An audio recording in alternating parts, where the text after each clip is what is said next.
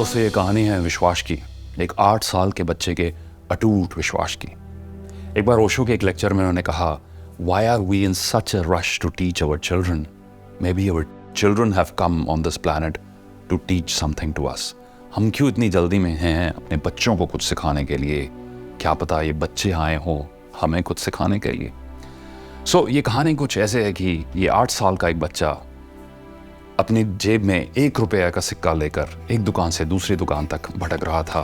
सबसे यही पूछ रहा था, क्या आपकी दुकान में ईश्वर मिलेंगे?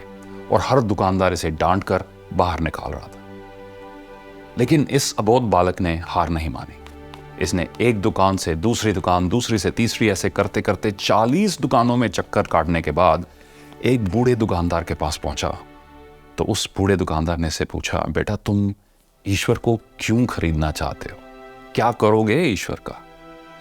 पहली बार एक दुकानदार के मुंह से ये प्रश्न सुनकर बच्चे के चेहरे पर आज आशा की किरण लहराई। लगता है इसी दुकान पर ईश्वर मिलेंगे। और बच्चे ने बड़े उत्साह से उत्तर दिया, आप जानते हैं अंकल, इस दुनिया में माँ के अलावा मेरा और कोई भी नहीं है।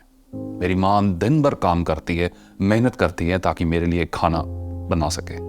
मेरी माँ आज अस्पताल में है और अगर मेरी माँ चली गई तो मुझे मेरी देखभाल कौन करेगा? मुझे खाना कौन खिलाएगा? और अंकल पता है, डॉक्टर ने कहा है कि अब मेरी माँ को केवल ईश्वर ही बचा सकते हैं। अंकल क्या आपकी दुकान में ईश्वर मिलेंगे? हाँ मिलेंगे ना बेटा। कितने पैसे हैं तुम्हारे पास? अंकल केवल 1 ही रुपया है। कोई दिक्कत नहीं, 1 रुपये में भी ईश्वर मिलेंगे। दुकानदार ने बच्चे के हाथ से वो 1 रुपये का सिक्का लिया और फिर ये सोचा कि उसकी दुकान पर तो कोई भी ऐसी चीज़ नहीं है एक पानी के ग्लास के अलावा जो उसको 1 रुपये में बेच सके।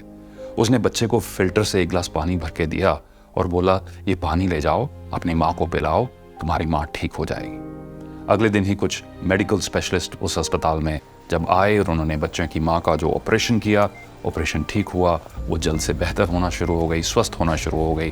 डिस्चार्ज का समय नज़दीक आया और डिस्चार्ज के कागज़ जब अस्पताल के जब उसके हाथ में आए उस औरत के, तो बिल देखकर उसके होश उड़ गए। डॉक्टर ने उसे आश्वासन दिया, मैडम टेंशन की कोई बात नहीं, एक वृद्ध सज्जन आए थे और आपके सारे बिल चुका गए हैं। साथ में एक चिट्ठी भी दी है आपके लिए। महिला चिट्ठी खोलकर पढ़ने लगी और उसमें लिखा था, मैडम मुझे धन्यवाद देने की कोई आवश्यकता नहीं है, आपको तो स्वयं ईश्वर ने बचाया है, मैं तो सिर्फ एक जरिया हूं।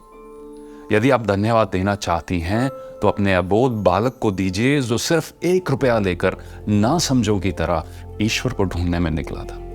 उसके मन में यह दृढ़ विश्वास था कि एकमात्र ईश्वर ही आपको बचा सकते हैं और इसी विश्वास ने आपको बचाया है। विश्वास इसी को कहते हैं। ईश्वर को ढूंढने के लिए करोड़ों रुपए दान करने की जरूरत नहीं।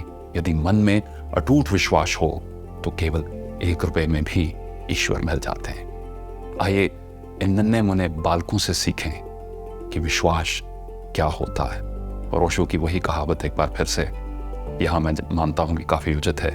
हम इतनी जल्दी में क्यों हैं अपने बच्चों को सिखाने के लिए और अपनी तरह बनाने के लिए? शायद वो धरती पर आए हैं हमें अपनी तरह बनाने के लिए। देखने के लिए धन्यवाद।